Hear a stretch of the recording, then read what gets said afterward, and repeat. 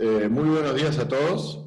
Muchas gracias por asistir. Me gustaría comenzar por la agenda del día de hoy y qué es lo que va a ocurrir en este webinar. Tendremos 3 presentaciones y un espacio de preguntas y respuestas. En la presentación de gestión financiera en tiempo de crisis, Nicolás Oberrat, socio líder de Consulting and Deals de Price, nos va a contar un poco herramientas e ideas para gestionar en estos tiempos. Luego Rubén Sánchez, gerente general de la Pastelería San Antonio, nos va a presentar su plan táctico y que les va a servir a empresas B2C. Ernesto Cuadros, vicepresidente corporativo del grupo ATV, su plan táctico B2B, así que a Rubén y a Ernesto, muchas gracias por compartirlo con la comunidad. Y por último, en el espacio de preguntas y respuestas, por supuesto que va a ser para cualquiera de los 4 panelistas, y se va a sumar Miguel Ángel Díez López, director de Business Recovery Services de Price. Miguel Ángel está en España y nos puede llegar a contar acerca de la experiencia del mercado español. Especial agradecimiento también a José Miguel Gamero, que estuvo curando el contenido junto a los panelistas, y también a Pablo Montalbetti, ambos llegar de Vistage, que también invitó a Rubén Sánchez y a Ernesto Cuadros a participar. Entonces, creo que está bueno contar por qué estamos haciendo este webinar también y el para qué, ¿no? Cuál es el propósito. Y el viernes pasado, Francisco de Cárdenas, en el chat interno de los miembros Vistage, lanzó una encuesta. Me llamaron la atención 3 preguntas, ¿no? En este caso la pregunta 3, ¿cuál es la mayor amenaza para su empresa en este momento? Esta encuesta fue contestada por 72 miembros Vistage, a cual agradezco, y el 53% contestó que la mayor amenaza era quedarse sin caja. Luego, la pregunta 6 fue ¿qué impacto estima que va a sufrir sus cobranzas? 1% contestó que iba a tener una caída de más de 30 días. Por último, la pregunta 8, sobre los impactos futuros con respecto a los empleados. 4% contestó que creía que iba a tener dificultades para pagar sueldos, y otro 54% que iba a tener. Entonces, este es el segundo webinar que organizamos. El primero, tocamos los temas de política y laboral, con Toyama, con Macera y con Pasombrío. Y en este caso invitamos a los 3 panelistas y a Miguel Ángel para que nos ayuden a nosotros a poder tomar mejores decisiones a través de su expertise y de compartir sus prácticas. Así que sin más presentaciones, Nicolás, te quiero dejar a ti para que tomes la palabra y nos cuentes un poco de la gestión financiera en tiempo. Muchas gracias, Ignacio. Buenos días con todos.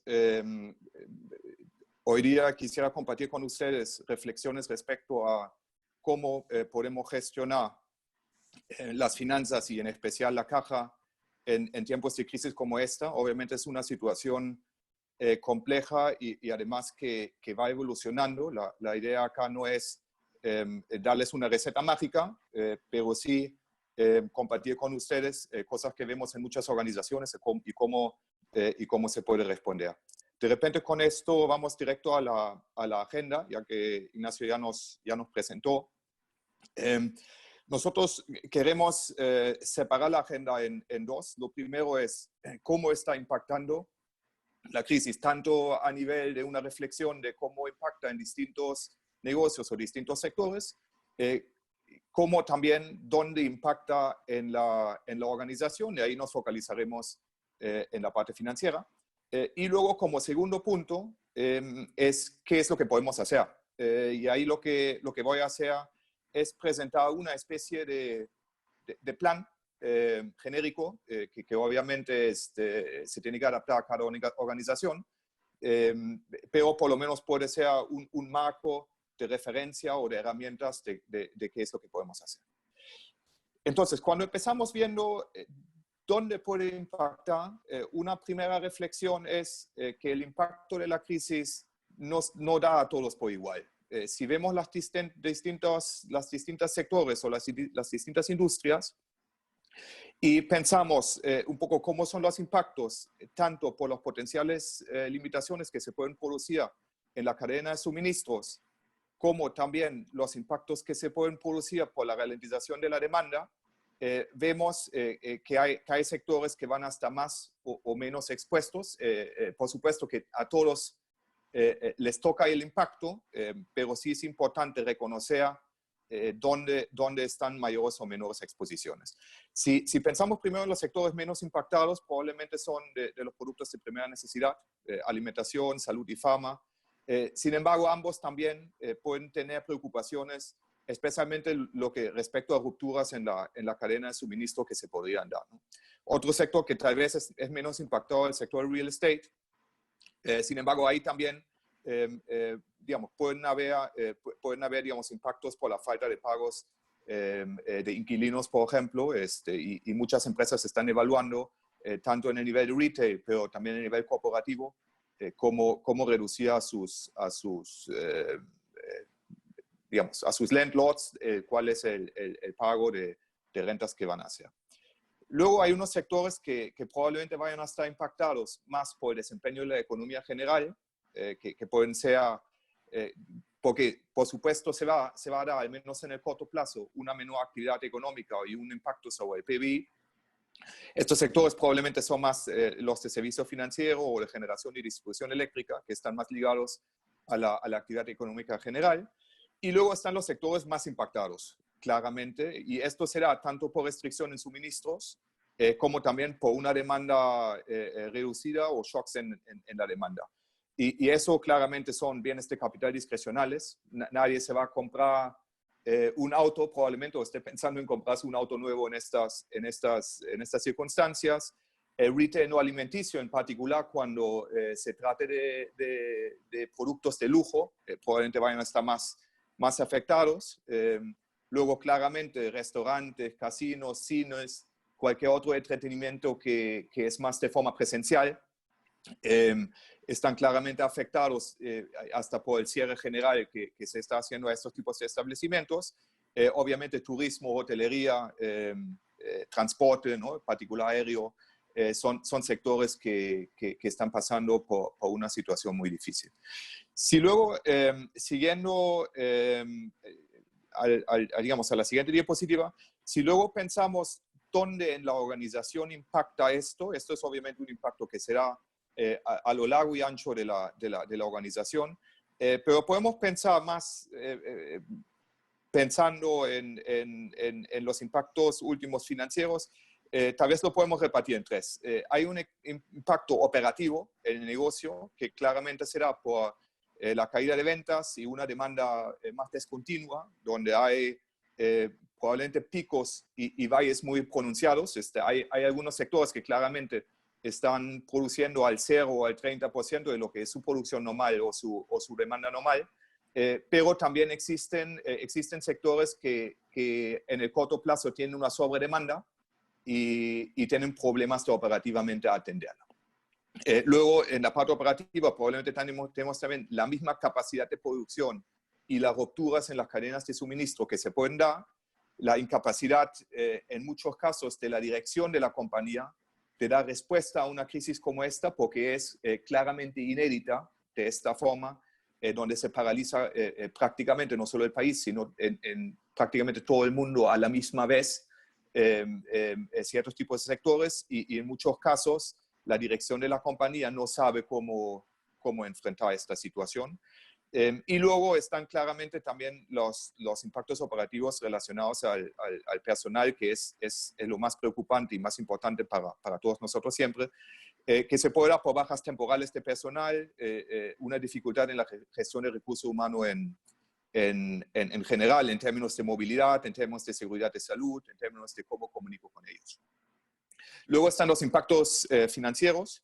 que son claramente el problema de liquidez, es decir, la generación de flujos para atender las obligaciones que tiene la empresa con tanto, digamos, con empleados, con proveedores, con entidades financieras.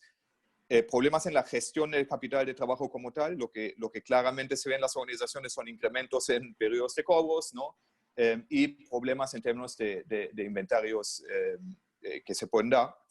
Y luego, desde el punto de vista financiero, la relación con los financiadores. Existen potencialmente riesgos que las entidades financieras pueden, digamos, que una organización puede estar cerca de sus límites con las entidades financieras, o que se cancelen o no renueven líneas de financiación de capital de trabajo que yo ya tenía en la organización, que tenga poca posibilidad de otorgar nuevas garantías para sacar más financiamiento, o también que los procesos internos de los bancos, por una, digamos, sobredemanda de sus clientes, tengan problemas o lentitud en la capacidad de respuesta en un tiempo donde días pueden hacer la diferencia en términos de liquidez. Bien, con esto, digamos, pasamos a la segunda parte de la agenda, y en este slide, donde vamos a hablar de qué se puede hacer. Lo primero que quería hacer es dar un marco general de cómo nosotros pensamos es que uno responde a la crisis en términos de urgencia, ¿no? Entonces, nosotros lo vemos como 3 etapas, ¿no? Existe una primera etapa donde claramente tenemos que velar por la continuidad del negocio. ¿Y qué quiero decir con esto? Que es prácticamente la gestión de crisis, incluyendo un plan de respuesta a los incidentes inmediatos que pueden ocurrir, y involucrando a todos los grupos de interés de la empresa, ¿no? Digamos, los internos, los externos, etcétera. Y lo segundo, en la continuidad del negocio tenemos que pensar son los planes de seguridad, y con eso me refiero obviamente a la seguridad física de digamos, por ejemplo, de los empleados, pero también a la seguridad informática o tecnológica, porque lo que ustedes deben haber visto que también los ladrones cibernáuticos están aprovechando también estas etapas o estas crisis para hacer lo suyo. Y se está viendo mucho crimen económico, y especialmente cuando las empresas están migrando su atención y su trabajo a los canales online, ¿no? Entonces, eso es un poco el primer paso. El segundo es la gestión de recursos, y estos son tanto los recursos humanos como es la gestión de la gestión financiera y liquidez. Y ahí nos vamos a enfocar ahora en el plan de qué es lo que podemos hacer. Y lo tercero, y no menos importante, es pensar desde ya en la transformación del negocio, es decir, adaptar la organización al nuevo escenario, o lo que algunos llaman el nuevo normal, que va a llegar después de la crisis, tanto en términos de estrategia, en términos de gestión comercial, en cambios en el modelo de negocio y en el modelo operativo, para que la organización después de la crisis salga fortalecida. Bien, con esto vamos a pasar a cuál puede ser un plan de respuesta desde el punto de vista financiero y de liquidez. Y lo primero acá importante es que el enfoque debe ser un enfoque netamente centrado en caja. Lo que en muchas organizaciones se acostumbra es manejarse por el estado de ganancias y pérdidas, ¿no? Y probablemente muchos de ustedes lo han visto, pero esto evidentemente, bueno, en realidad nunca una organización debería ser así, pero en una situación como la actual, mucho menos. Entonces, esto implica que tenemos que sumarle a esta visión del estado de ganancias y pérdidas una visión de balance, tanto por la gestión del capital de trabajo, como también por la gestión de la financiación, que implica manejar en detalle en esta crisis, y en particular en empresas que pueden estar pasando por un estrés financiero, ¿no? Entonces, si esto lo resumimos en un plan de acción en términos de 3 grandes ámbitos, sería, y nuevamente podemos tal vez pensar un poco en orden de urgencia, el primer gran ámbito es cómo preservo caja.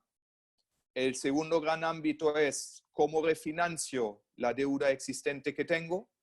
Y el tercer ámbito sería cuál es el nuevo financiamiento que puedo requerir. Bien, vamos a pasar por cada uno de los, digamos, de los tres ámbitos o de los tres bloques. El primer bloque, ¿cómo preservo la caja? ¿Cuáles son las cosas que primero tengo que hacer? Es evidentemente controlar la caja. Y esto es, debo generar transparencia sobre qué es lo que mueve la caja en el corto plazo. Cuentas por pagar, cuentas por cobrar, niveles de stock, y tengo que ser bastante realista. Y esto implica que debo tener un plan digamos, de entradas y salidas de caja, una medición, una previsión de entradas y salidas de caja de corto plazo bastante fina, ¿no?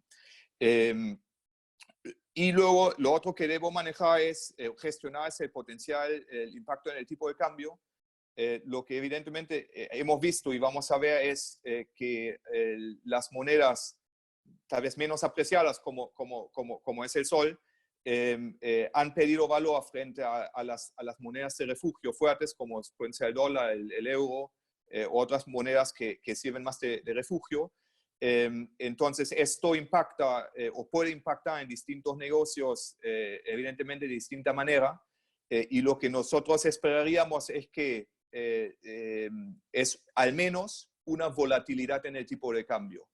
Entonces, acá un consejo general es, estos no son tiempos para especular con el tipo de cambio o para querer ganarse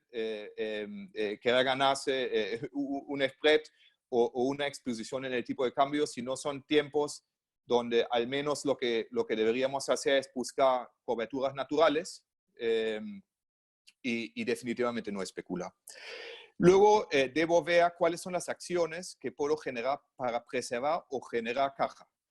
Una es reevaluar cualquier inversión que no sea esencial, un gasto de capital, ¿no? Una inversión en planta, que no sea esencial debe ser reevaluado y potencialmente congelado.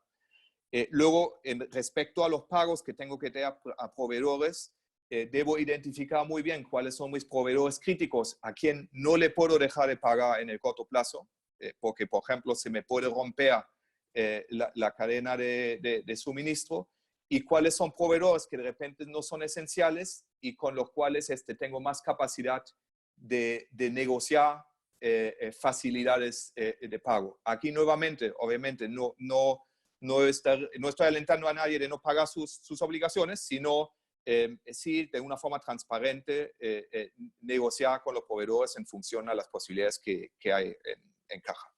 Luego, restringir cualquier gasto no esencial, por ejemplo, viajes, formación o gastos discrecionales. Evaluar flexibilidades en los pagos, por ejemplo, de remuneraciones e impuestos. Acá, nuevamente, lo más importante para las organizaciones son los empleados. Sin embargo, también hay muchas organizaciones que nosotros vemos que ya están viendo flexibilidad en tanto, en algunos casos, reducciones voluntarias de sueldos de personal, empezando obviamente con los ejecutivos, ¿no? Los que probablemente son los menos afectados por la situación. También algunas licencias con goce o sin goce de haberes, y digamos, jornadas cortas, etc. Lo otro es, en la parte de impuestos, a medida de lo posible, tomar provecho de algunas flexibilidades que va implementando el Estado en términos de pago de impuestos. Luego, trazar acciones para reducir inventarios y acelerar cobros, que puede ser, por ejemplo, a través de descuentos de pronto pago o otras cosas que me generan caja en el corto plazo. Activar todas las líneas e instrumentos de créditos disponibles. Muchas organizaciones prefieren por tomarse las líneas y llevar el efectivo hacia el balance para asegurarse de que estas líneas, ¿no? A medida que no están tomadas, no se reduzcan por parte de los bancos, ¿no? Y generarse la flexibilidad de tener la caja en el balance, es lo que hacen muchas organizaciones. Negociar condiciones, prórrogas, tanto con el sistema financiero como con otros acreedores. y identificar y optimizar recursos o activos que no son claves para el negocio y que podrían convertirse en caja en el corto plazo. Por lo menos identificarlas para poder actuar. Luego es controlar los ingresos, ver la previsión de ventas en proyecciones bastante rigurosas y en distintos escenarios, con el fin de que la proyección de caja que tengo también la puedo sensibilizar con distintos escenarios de ventas y monitorizar diariamente, evidentemente, los cobros y la facturación. Más rápido que facturo, más rápido voy a cobrar también, evidentemente. Revisar condiciones contractuales para asegurar de que a medida que mis ventas dependen de contratos, tratar de que no se pierda una venta que ya tengo ganada con un contrato. Y luego gestionar una posición de caja donde monitoreo diariamente la caja.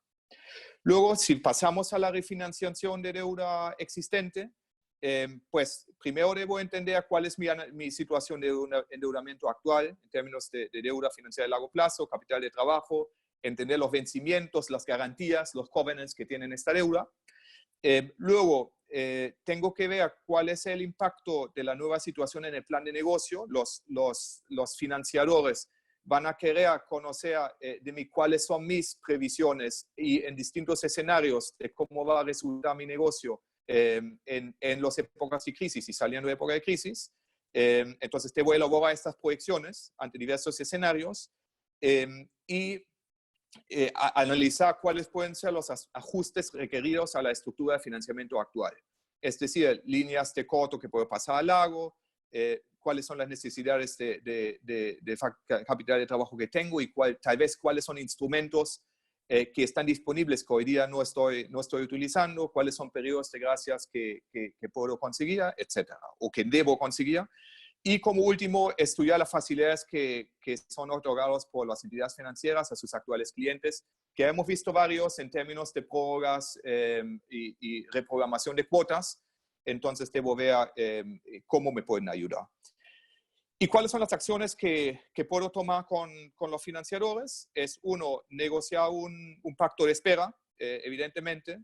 Debo evaluar cómo hago esto en escenarios de una estrategia bilateral, es decir, donde si tengo deudas con varios bancos, renegocio la deuda uno a uno con cada uno de los bancos con quien trabajo, que probablemente no sea lo óptimo y eficiente, o una estrategia más multilateral, donde yo busco una refinanciación completa de las deudas que tengo y veo con qué bancos trabajo o qué banco puede liderar una refinanciación así. Determinar nuevos covenants y gestionar simetrías que pueden también existir entre los distintos bancos actuales. Luego, como último, está el nuevo financiamiento. Lo que debo hacer, ya pensando en salir de la crisis, es ver cuál es la nueva capacidad de generación de flujo de caja cuando salga de la crisis, cuáles son las necesidades que derivan de esto, y ahí debo reflexionar sobre varias cosas. Uno es adecuar mi estrategia corporativa a estos nuevos escenarios, optimizar la cadena de suministro y el modelo operativo, mi gestión comercial, ver cuáles son las garantías que puedo otorgar en un plan de nuevo financiamiento y dimensionar con esto una estructuración de nueva liquidez que puede incluir tanto deuda de fuentes tradicionales, deuda de fuentes alternativas, de fondos, o también podría incluir que voy a requerir nuevo capital fresco propio. Entonces, ahí tengo que ver cómo acomodo a toda la estructura financiera a esto. Un poco un mensaje de cierre, tal vez, y creo que es importante tenerlo antes de pasarlo con Rubén.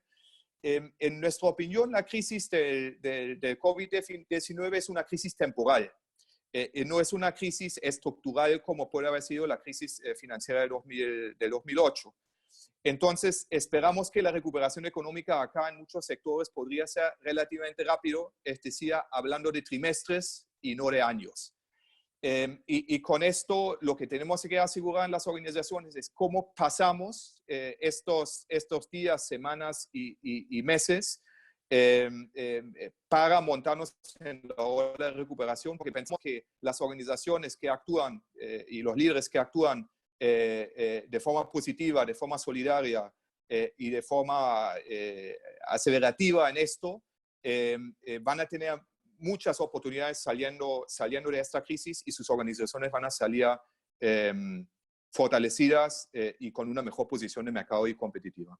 Bueno, ahora lo paso con Rubén, que nos cuenta cómo está él haciendo precisamente esto en Pastelería San Antonio. Muchas gracias, Nicolás. Gracias a todos por escucharnos. Yo les voy a hablar acerca de nuestra experiencia y les voy a hablar acerca de cómo estamos gestionando no solamente financieramente, sino algunos tips a nivel operativo para que conozcan sobre nuestra empresa. Y de hecho quiero empezar contándoles cómo está estructurada la empresa, ¿no? San Antonio fue fundada en el año 59, tiene 60 años y 700 colaboradores y tiene una facturación de 120 millones de soles en 6 tiendas, con 2 unidades de negocio paralelas que son la fábrica, estamos integrados verticalmente, y una oficina administrativa. Ahora, en la siguiente diapositiva les explico cómo es que estas se organizan para dar servicios en un contexto en donde nosotros tenemos 4 unidades de negocio. Además de la fábrica central y las tiendas propias, tenemos un modelo de tiendas vinculadas, que les voy a explicar más adelante a través de un timeline, en donde la fábrica y la central administrativa le prestan servicios a las tiendas vinculadas, es decir, a las tiendas de Reducto, Chacarilla y Angamos, en donde para crecer nos asociamos con socios que eran dueños de las propiedades, ¿no? Eso sumado a las tiendas propias generó el portafolio que tenemos. Ahora, Pastelería San Antonio es una razón social que controla 3 de las 4 unidades de negocio, la fábrica, la central y las tiendas propias. Las tiendas tienen 3 razones sociales diferentes, ¿no? En la siguiente diapositiva les cuento un poco acerca del organigrama, y es que a mí me tocó asumir funciones en San Antonio hace casi 2 años, ¿no? La empresa, una empresa familiar, que hoy está regentada por la tercera generación, tenía dentro de su estructura a muchos de los accionistas como gerentes generales de cada una de las empresas, incluso de las vinculadas. De esta manera, cada empresa se gestionaba individualmente, ¿no? En la medida que se fueron integrando verticalmente y que fuimos prestando servicios administrativos, se comenzaron a dar cuenta de que era poco eficiente y que necesitaban tener guidelines que les permitiesen tomar decisiones que impactasen de igual manera a todas, ¿no? De esa manera, los gerentes generales subieron a su rango de directores ejecutivos y nombramos 4 ejes ejecutivos o directivos que estaban alineados a los principales intereses de las familias. En primer lugar, el de operaciones, desarrollo de negocios, innovación y marca y proyectos, quedando en mí la responsabilidad de manejar todas las razones sociales. Por eso es que el puesto es una gerencia general corporativa. Ahora, con respecto al organigrama, a la gestión, tengo una estructura grande, aunque no tan senior, tengo 2 gerencias y 4 jefaturas.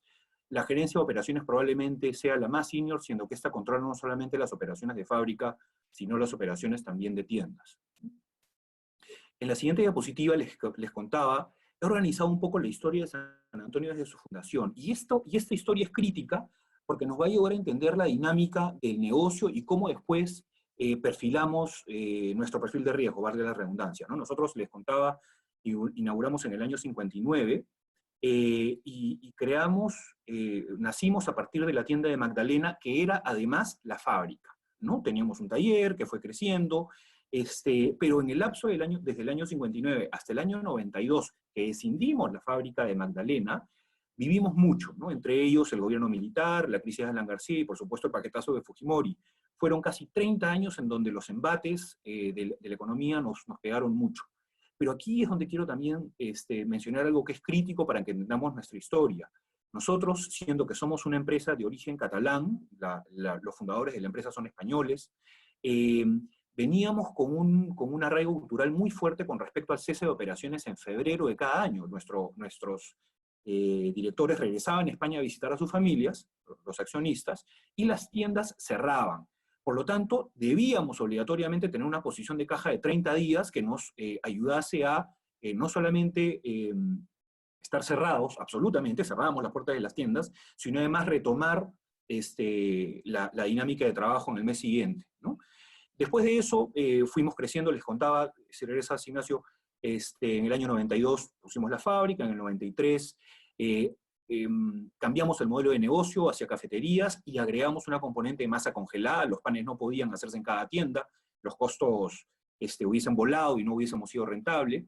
Y en el año 2003 comenzamos este esquema de crecimiento, le decía, en donde incluíamos los socios aportantes de las propiedades. En el año 2004 inauguramos 2 tiendas más, además de Chacarí el año anterior, y en el año 2015 nos animamos a abrir tiendas a partir de alquileres, ¿no? Abrimos una tienda en San Isidro y otra tienda en La Molina. ¿Sí? Ahora, en la siguiente diapositiva, les quiero contar cómo enfrentamos la crisis. En primer lugar, creo que lo más importante sobre esto es que no fue una sorpresa, ¿no? San Antonio, al estructurar su gestión a través de comités, directorios y juntas generales de accionistas, lo que hacía era comenzar a conversar sobre supuestos de tal manera que podamos prever escenarios, ¿no? De hecho, el tema del coronavirus lo incluimos en la agenda de directorio hacía 2 semanas, desde el 11 de marzo para ser exactos, y nos trazamos como objetivo crear un plan de contingencia en el caso de que los escenarios sean el cierre parcial o un cierre absoluto que ya se venía discutiendo. Vamos a la siguiente, Ignacio.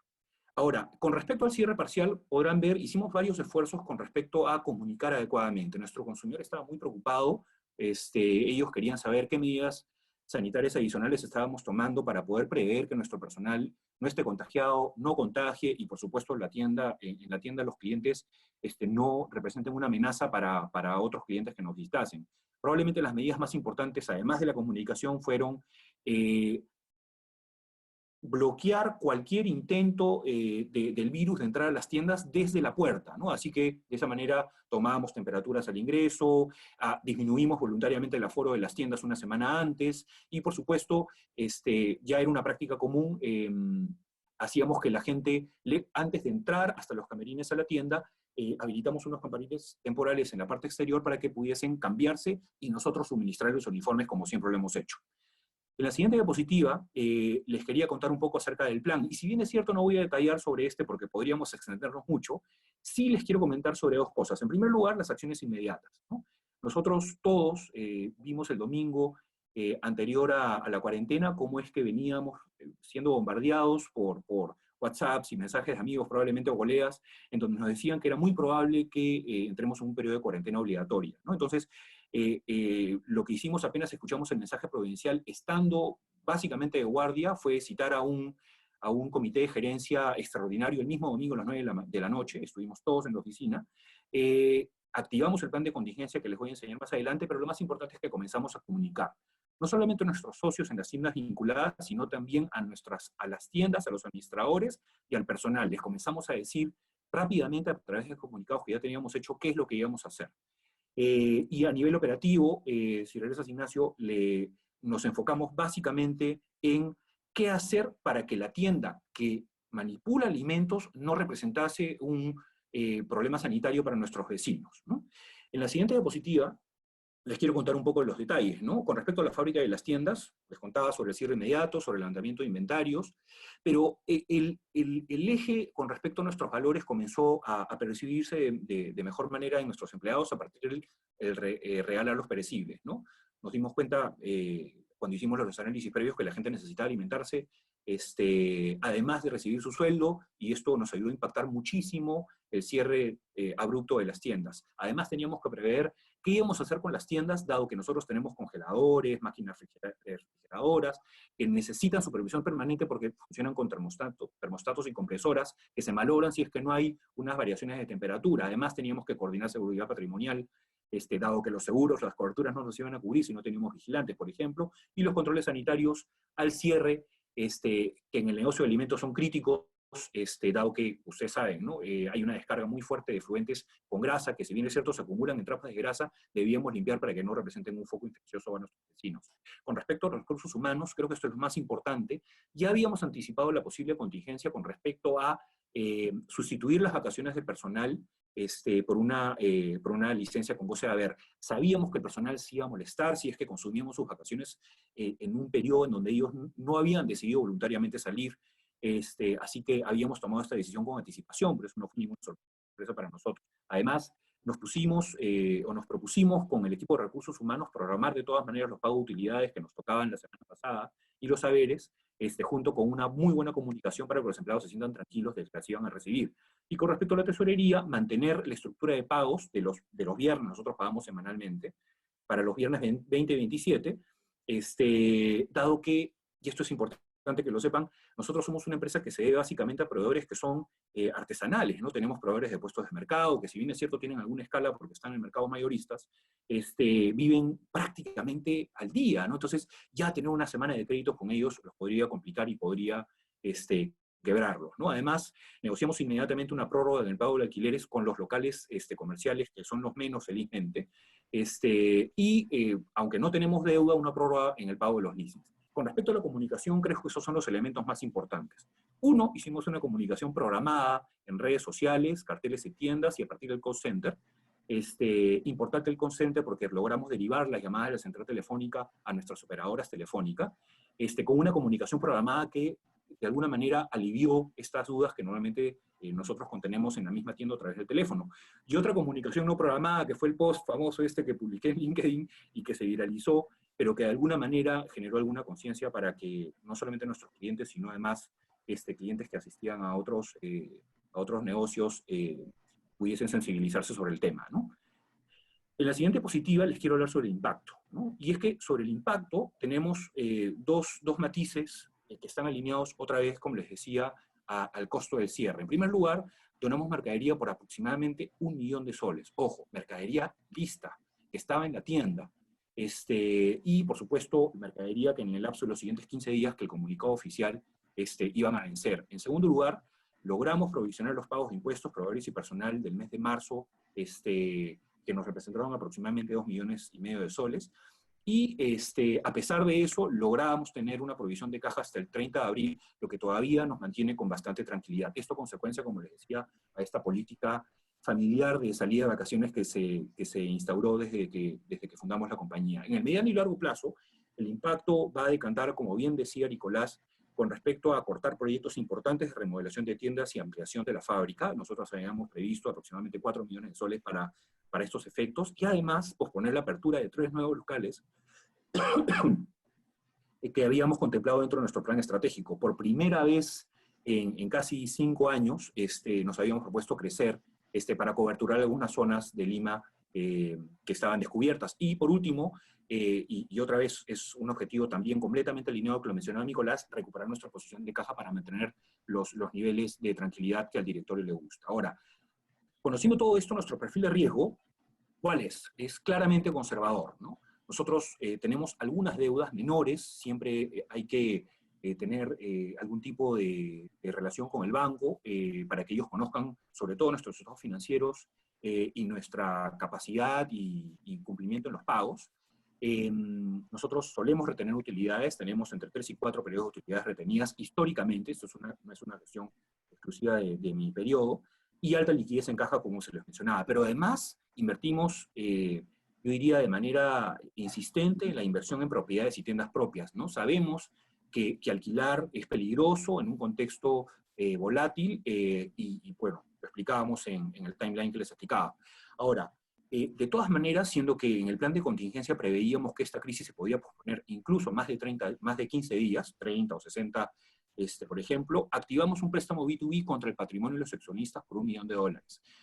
Nosotros creíamos que debíamos tener incluso una posición mucho más conservadora en el caso que esto se dilate, siendo que ya se venía discutiendo también como rumores que el rango de facturación en el que se sitúa San Antonio no iba a estar en alguna de las medidas económicas que dictaba el gobierno, ¿no? Y por último, verificamos con los bancos la vigencia de las líneas de crédito que mantenemos con ellos para tener algún salvavidas en el caso que hay alguna contingencia.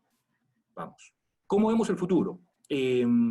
Claramente vemos baja asistencia en los salones, un miedo muy grande a interactuar o socializar entre los clientes y con nuestro personal, y foco en la venta de productos empacados o para llevar, ¿no? Con un repunte muy importante en el delivery. Ahora, ¿cómo es que vamos a atacar esa contingencia que esperamos también sea temporal y que se recupere por completo hacia la campaña navideña? Uno, reforzar el negocio B2B. La fábrica tiene que salir de la calle a vender y no puede ser exclusivamente dependiente de las tiendas de San Antonio. En segundo lugar, revaluar nuestro display de tienda. Tenemos que convertirnos más en un retail, por supuesto, dentro del perfil y las características de nuestro negocio, y tenemos que potenciar nuestro delivery propio, ¿no? No podemos depender necesariamente de los actores que hoy están en el mercado como Rappi y Globo, tenemos que hacer algo nosotros mismos para poder llevar mercadería con mayor flexibilidad. Y en cuarto lugar, restablecer la salud de la caja, liquidez, pero apuntalar sobre todo en el e-business, ¿no? Y sobre este punto, yo, si vamos a la siguiente, Ignacio, les quería enseñar rápidamente algunas diapositivas, 4 de hecho, que me llegaron de Havas Media, de su oficina que está en China, en donde hablaban acerca del comportamiento que han tenido los chinos post-crisis, ¿no? Y en primer lugar hablaban de algo que nos llamó mucho la atención, que si bien es cierto, apenas termine la cuarentena, la gente va a salir a la calle y lo va a hacer para abastecimiento, van a salir a los supermercados, van a comprar y van a regresar a casa para cocinar porque no va a haber confianza en los retailers de servicios. Por eso es que creemos que en los primeros meses vamos a estar seriamente golpeados. En la siguiente diapositiva, hay una característica en los retailers chinos, y es que han desarrollado un concepto que se llama unmanned retail, es decir, tiendas sin personas. Probablemente las tiendas se activen, pero con la menor cantidad de personas para que no haya contacto con los clientes y haya mayor confianza. En la siguiente diapositiva, vemos cómo es que los retailers se han enfocado en el desarrollo de plataformas de e-business para poder llegar con mayor agilidad a sus clientes, pero sobre todo para evitar que haya contacto humano. Y en la siguiente, y tal vez a nivel de toma de decisiones la más importante para mi negocio, cómo es que ha cambiado el mix en las compras a través de Internet. Los consumidores que hoy, post-crisis, en China están consumiendo más son los consumidores que están en el rango etario de 30 a más años. Y los que menos están consumiendo son justamente los que están entre 18 y 29. ¿Qué pasa? Y es que, como queremos evitar el contagio para llegar a nuestras casas y proteger a nuestras familias, estamos comprando más alimentos, groceries, ¿no? Estamos comprando más alimentos. Y el volumen transaccional se está incrementando dramáticamente. De hecho, en China han pasado de 55 a 70% en el rango etario que les comentaba, ¿no?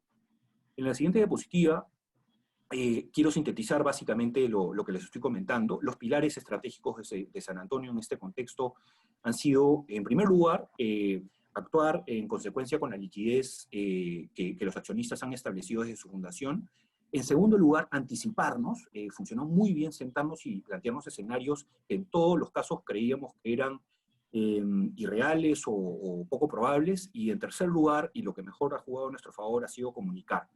Como mensaje para todos ustedes, creo que voy a tomar uno que me gustó mucho, de hecho, de un médico de la Organización Mundial de la Salud que estuvo comisionado en China, que aplica muy bien para nuestros negocios, ¿no? Creo que el principal aprendizaje de China es la velocidad. Todo depende de la velocidad. Mientras más rápido encuentres los casos, los aísles e identifiques, el impacto que tuvieron va a tener más éxito, ¿no? Eso aplica claramente a nuestros negocios. Hay que ser muy ágiles para salir de esta crisis. Yo espero no haberme pasado el tiempo, y con esto le cedo la palabra a Ernesto, que nos está escuchando. ¿Qué hicimos? A nivel comercial y financiero manejamos 3 escenarios para considerar los efectos de la demanda que traía la reducción de la actividad publicitaria, ¿no? Ahí lo que básicamente hicimos un comité de crisis donde participó el CEO, el CFO y 2 gerentes más, que de alguna manera tuvimos la visión de enfrentar esta crisis. Nosotros somos un medio de comunicación y por lo tanto nuestros servicios tenían que mantenerse a pesar de la cuarentena, ¿no? Diariamente emitimos un reporte vía Zoom al directorio y podemos ver cómo va la tendencia de ventas y cómo va la tendencia de caja. Sí hemos notado en la primera semana una caída importante en los consumos de publicidad de los clientes, cosa que en esta segunda parte, en esta segunda semana, la hemos visto otra vez retomar, ¿no? Y bueno, a nivel de cobertura, el médico ocupacional está tratando de amenguarlo. Nosotros somos una empresa que tiene mucho riesgo porque los camarógrafos y los periodistas salen a la calle inmediatamente y de alguna manera están en contacto con la gente. En los escenarios que creamos fueron 3, el escenario base con una caída en ventas de 20% y una disminución en flujo de caja del 10%, un escenario crítico con una caída de 30% y de 20% en caja, y un escenario catastrófico con una caída mayor del 40% y con una disminución en la caja de más de 30%. ¿Qué hicimos para la demanda? Primero, determinar cuáles son los clientes que tienen segmentos de consumo más golpeados, ¿no? Y a ellos ofrecerles un plan alternativo de consumo y de pauta que de alguna manera les permitiera sobrevivir en este momento, ¿no? A los proveedores de servicio obviamente hemos logrado una reducción de 40% en todo lo que es los servicios legales, auditoría y consultoría, igual para los servicios tercerizados, limpieza, seguridad, comedor. ¿Y esto por qué? Porque nuestra visión no es que este es un tema de corto plazo. Nuestra visión es que este es un tema de mediano plazo y que lo que ha hecho el COVID de alguna manera es detonar una crisis que venía en la economía tanto en el mundo como en el Perú, ¿no? En cuentas por cobrar hemos hecho factoring de letras y facturas de principales clientes. En el tipo de cambio fundamental hemos hecho una solarización de todos los contratos con proveedores. No firmamos contratos en dólares y en los casos de clientes que tenían ajustes por tipo de cambio de mutuo acuerdo los hemos eliminado, ¿no? En la deuda proveedores hemos distinguido los proveedores core y los proveedores no core. A los proveedores core se les está manteniendo su flujo de pagos, a los no core se les ha hecho un refinanciamiento con corte a la semana pasada a 12 meses sin intereses, ¿no? A los proveedores todos los hemos mandado a 180 días, los no core, y hemos hecho un convenio con una entidad financiera para poder factorizar nuestras facturas con ellos, de tal manera que nuestros proveedores no se queden sin liquidez. Esto es muy importante porque le permite tanto a nosotros tener el plazo de pago más largo como a nuestros clientes y proveedores tener facilidades crediticias. En headcount, como les digo, nosotros venimos decreciendo hace tiempo. La reducción de la plana gerencial ha sido importante. Hemos reducido en 3 gerentes. La reducción del headcount ha sido esta vez 20%. Hemos bloqueado las nuevas contrataciones y las liquidaciones de la gente que hemos tenido que prescindir sus servicios se ha hecho de mutuo acuerdo, respetando la ley y con algún tipo de facilidades para poder no afectar el flujo de caja, que han sido plenamente acordadas con las personas. A nivel de reporting tenemos un flujo de caja diario que nos permite ver la situación de la compañía y nos permite tomar decisiones día a día. Los informes de gestión que básicamente tomaban 15 días, ahora los estamos sacando en 3 días para poder analizar la situación de la empresa. Hemos reducido los informes financieros a los estrictamente necesarios.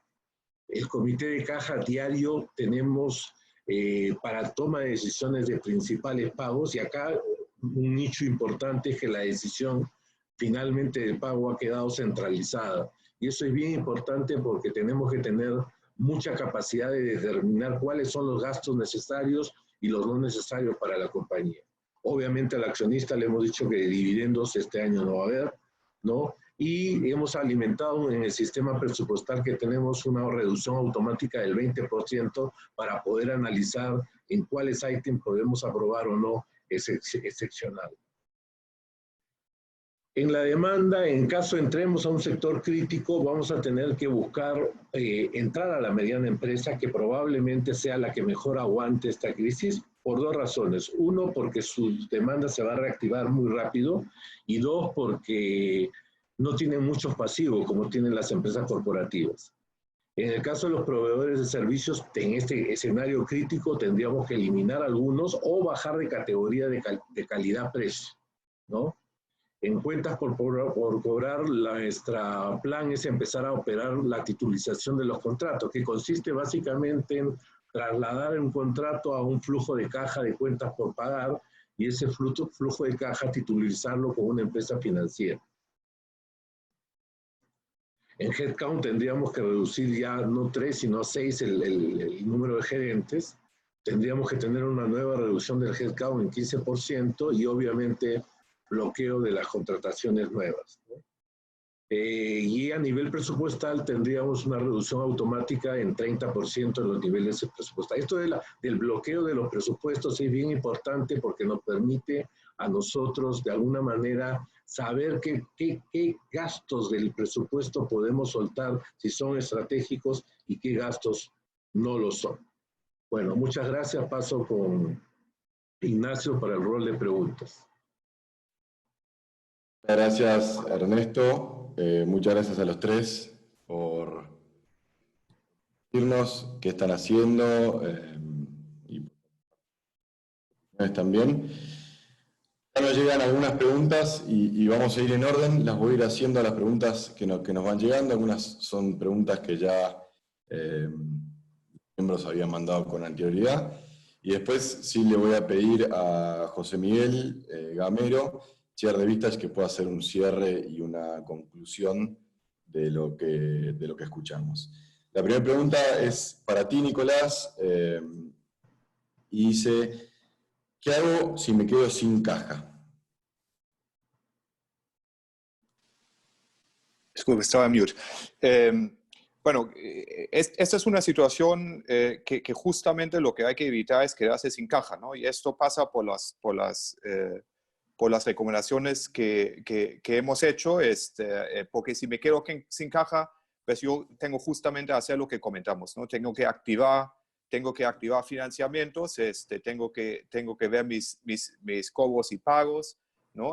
Tengo que ver qué activos puedo tener, que puedo liquidar, ¿no? Tanto en el capital de trabajo como inventarios, como otros activos que tiene la empresa para poder, digamos, para poder liquidar, para evitar llegar a una situación de incapacidad de pago completo.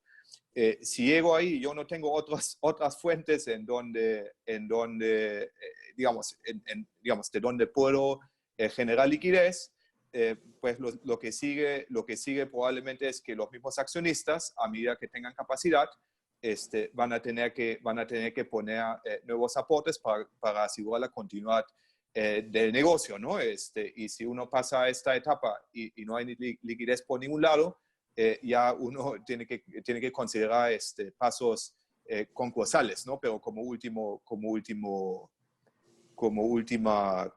medida, ¿no? Ok, gracias. Miguel Ángel, la pregunta para ti es, ¿cuánto tiempo proyectar flujo de caja en esta coyuntura? Hola, ¿qué tal? Buenos días. Bueno, lo mínimo, lo que nosotros hacemos con nuestros clientes y con las compañías con las que trabajamos en estos contornos de crisis es, lo mínimo son lo que llaman 13 semanas, que son 3 meses aproximadamente, pero lo ideal es intentar ir un poquito más allá con la dificultad que eso supone y en la incertidumbre que tenemos en la actualidad, el intentar ir más allá y proyectar al menos 6 meses, es lo ideal. Lo mínimo son 13 semanas que te pueda, para saber cuánto es la cuantificación del problema y poder empezar a trabajar en una estrategia de gestión de liquidez, que al final las proyecciones nos sirven fundamentalmente para gestionar una proyección de liquidez. Ok, gracias Miguel Ángel. Nicolás, una pregunta más para ti y después vamos con preguntas para Ernesto y para Rubén. ¿Qué otras fuentes de financiamiento existen además de bancos hoy? Sí, bueno, existen prestamistas directos, existen fondos, existen fondos de inversión que prestan, que prestan deuda, incluso existen fondos que prestan deuda deuda o otros instrumentos que pueden ser algo entre deuda y capital, es decir, alguna deuda que puede ser convertible en capital, dependiendo del perfil de riesgos, que prestan en situaciones especiales, es decir, en situaciones de crisis, ¿no? Y bueno, y obviamente también existen fondos que prestan, o no que prestan, sino que aportan, que pueden aportar capital también en situaciones especiales, ¿no? Acá siempre el tema obviamente es el tiempo de respuesta, ¿no? Entonces, cuando uno va con distintos tipos de proveedores de financiamiento en una situación de crisis, siempre el principal tema es manejar cuál es la rapidez y posibilidad de respuesta de quien presta, de proveer la liquidez, ¿no? Gracias Nicolás. Y Rubén, en tu opinión, ¿qué nivel de caja es sano tener? Mira, yo creo que esa discusión la tuve cuando entré a la compañía. Yo creo que lo sano debería ser tener, en mi caso, un eje de caja, ¿no? El retail de alimentos es un retail que sufre mucho cuando hay oscilaciones grandes en la economía, y deberíamos tener lo suficiente como para en función de la experiencia de las experiencias de San Antonio, poder cerrar incluso un mes, ¿no? Ahora, lo único malo de este negocio es que tiene márgenes bajos y tienes periodos de pagos cortos, ¿no? Como les decía, de una semana en la mayoría de los casos. Entonces, la capacidad que tiene el negocio para constituir esa caja no es grande si es que no se han tomado decisiones, por ejemplo, de no distribución de utilidades, ¿no? Hay que hacer muchos sacrificios para que eso suceda. Gracias, Rubén. Ernesto, para ti, ¿qué costos no debemos cortar? Obviamente los costos estratégicos, ¿no? Nuestro modelo de producción, por ejemplo, requerimos nosotros los costos de todo lo que son los enlatados, por ejemplo, no podemos cortar. Todos los costos de producción de la producción local no la podemos contar. Cada negocio debe enfocar cuáles son los costos que determinan de alguna manera su línea de producción base, y esos costos no se pueden cortar, ¿no? La primera prioridad es mantener la fluidez de la operación y de hacer un análisis costo-beneficio de todos los gastos. Yo creo que cuando uno hace un 80-20 de los gastos se da con muchas sorpresas. Se encuentra que gastos que normalmente son suntuarios pueden tener un porcentaje muy alto de la estructura de gastos de la compañía. Ya viajes, capacitación, uso de tarjeta de crédito, gastos de representación, son gastos que tranquilamente se pueden cortar sin afectar la operación. Gracias, Ernesto. Mi pregunta para ti. ¿Qué se puede deducir de la experiencia de otros países y particularmente de la experiencia de España? En la situación actual, entiendo, del COVID-19. Vamos a ver, en situaciones de crisis en general, lo que se deduce siempre, y es lo que comentaba Nicolás, la caja y la liquidez es lo primordial. Las compañías más que nunca se tienen que gestionar en términos de liquidez. Es la sangre del sistema de una empresa, y sin liquidez es donde sucede pues, la muerte de la compañía. La experiencia que tenemos ahora mismo y que vemos es que no creemos que esto sea una situación coyuntural de un mes. China ha estado 3 meses en una situación de paro completo de la economía. En España y en Europa se habla de que la caída del PIB para este trimestre, he leído informes de bancos de inversión que hablan de un 20% en la caída trimestral del PIB en este trimestre. Estamos en una situación de paro completo.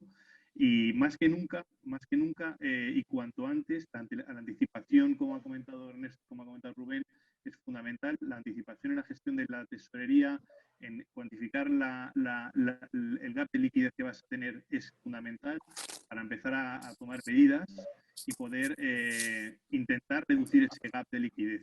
No sabemos cuánto tiempo vamos a estar así. La situación de China ha sido de 3 meses aproximadamente.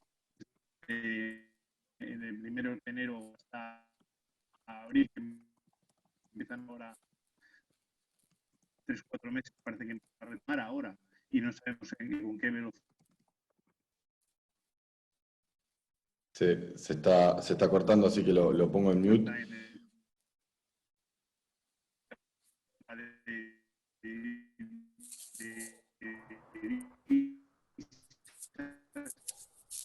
José Miguel, te quería preguntar a ti ahora.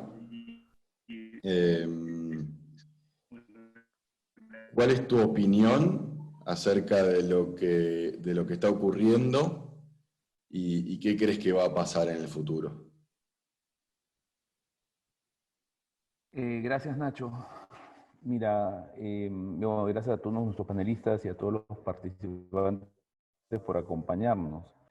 Nicolás lo mencionó, estamos en una crisis coyuntural. Lo complejo es la profundidad de la crisis y el tamaño de la misma. Pero por más grave y doloroso que sea este momento, va a pasar. Ya ha pasado en otras oportunidades. Esto es un hipo que estamos enfrentando, pero a nivel mundial. Nuestra vida y nuestros negocios continúan. Creo que como líderes en las organizaciones y en nuestras familias nos toca actuar con decisión, valentía, pero también con solidaridad. No podemos solamente pensar en nosotros. Creo que el futuro va a ser diferente. Dependerá de cómo sobrevivimos a esta crisis, por supuesto, pero como ya lo han mencionado varios de los panelistas, va también depender de cómo nos preparamos para un nuevo escenario de mercado, cómo creamos un nuevo modelo de negocio, cómo tomamos posiciones que otras empresas más débiles probablemente dejen. Creo que estas reflexiones las tenemos que tomar nosotros como líderes, con nuestro equipo directivo, con nuestros directorios, y enfrentarlo con decisión, pero también con optimismo. Gracias, José Miguel. ¿Tienes alguna pregunta que no se haya hecho para hacerle a los panelistas? Por supuesto. Rubén, una consulta de una empresa que produce materiales de construcción en drywall, y que antes de la cuarentena había comprado 3 locales adicionales. Rubén nos comenta que no debe insistir con tiendas nuevas, debería buscar terminar la inversión en tiendas para operar, ampliación con los bancos. ¿Cuál es la estrategia que debe seguir? Y mira, yo claramente lo que recomiendo, y alineado a lo que dice Nicolás, es no exponer tu posición de caja y no consumir los recursos que necesitas en un contexto en donde las ventas se van a resentir. No continuar con las inversiones es una estrategia, diría, conservadora, que va a ayudar a proteger tu negocio principal. Los bancos en este momento están totalmente dispuestos a renegociar no solamente plazos y tasas, y en algunos casos hacer algunas concesiones extraordinarias. Nadie, menos los bancos, van a querer que en este contexto quebremos o cortemos la cadena de pago. Así que yo sugiero que se corte de inmediato la inversión y que se priorice la operación. Para Miguel Ángel, una pregunta sobre el turismo. En España el turismo es clave, también en el Perú. ¿Qué estrategias deben plantearse las empresas de turismo para subsistir? Bueno, efectivamente el turismo es clave en España, es el 20% de nuestro PIB. Las estrategias ahora mismo que están tomando los grupos hoteleros, las principales empresas del turismo, ahora mismo están reduciendo costes, haciendo suspensiones de contratos laborales, la primera medida.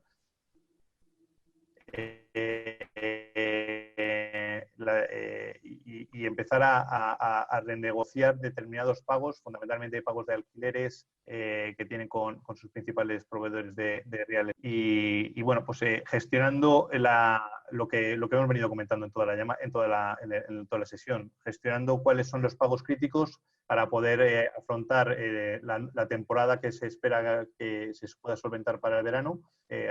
Junio, julio es la temporada alta, y renegociando con los bancos, ¿no? Afortunadamente hay mucha liquidez en el mercado, hay un apoyo claro de la administración hacia el sector, y yo creo que el camino que se tiene que ir es buscar lo que llaman bridge facilities, financiaciones puente con los bancos, para poder tener el gap de estos meses que están empezando a sufrir y que vamos encarando hacia los meses de la temporada alta.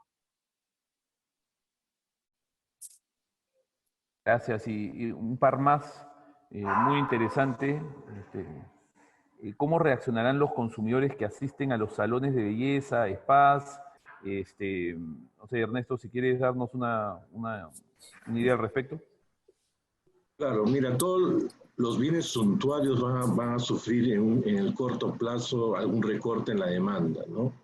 Ahora, obviamente dentro de los bienes suntuarios, las preferencias del consumidor son las que definen cuáles son los que finalmente se cortan definitivamente y cuáles no. Salones de spa y belleza es una demanda que para el público femenino entenderán, es una demanda casi obligatoria, así que yo pienso que en el corto plazo van a haber probablemente caídas, pero que se van a recuperar en el mediano plazo. Acá lo importante es determinar en el ciclo de vida de mi negocio y de mi producto en qué fase voy a estar y en qué fase va a estar la crisis, ¿no? Probablemente el escenario de 3 meses de España se repita también en Perú. Entonces tenemos que estar preparados tanto en la parte financiera como en la parte comercial para enfrentar esto con nuevos retos y con nuevas herramientas. Una última para ya acabar.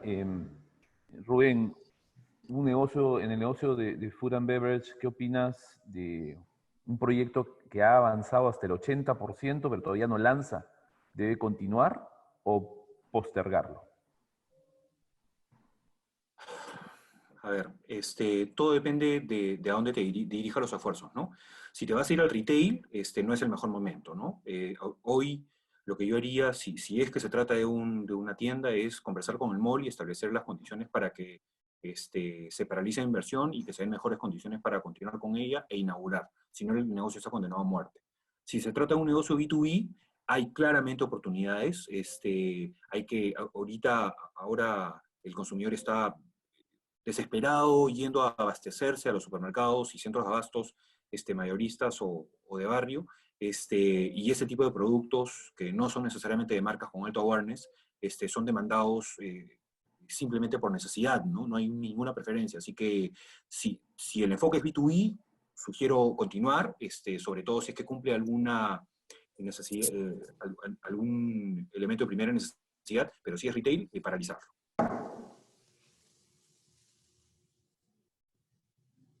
Muy bien, muchas gracias, Rubén. Entonces, José Miguel, si no tienes ninguna pregunta más, damos por concluido el webinar. Le agradecemos muchísimo a toda la gente que participó. Esperamos sinceramente haberles agregado valor. Esperamos que Nicolás, Ernesto, Miguel Ángel, Rubén y José Miguel hayan contestado algunas de las preguntas que tenían. Y nada más decirles que esta presentación solamente la compartiremos con los miembros Vistage. Hay material sensible, por eso, así que les agradezco muchísimo. Muchas gracias a ustedes, los panelistas, los que presentaron, por compartir la información. Y bueno, estén atentos a futuras acciones que hagamos desde Vistage.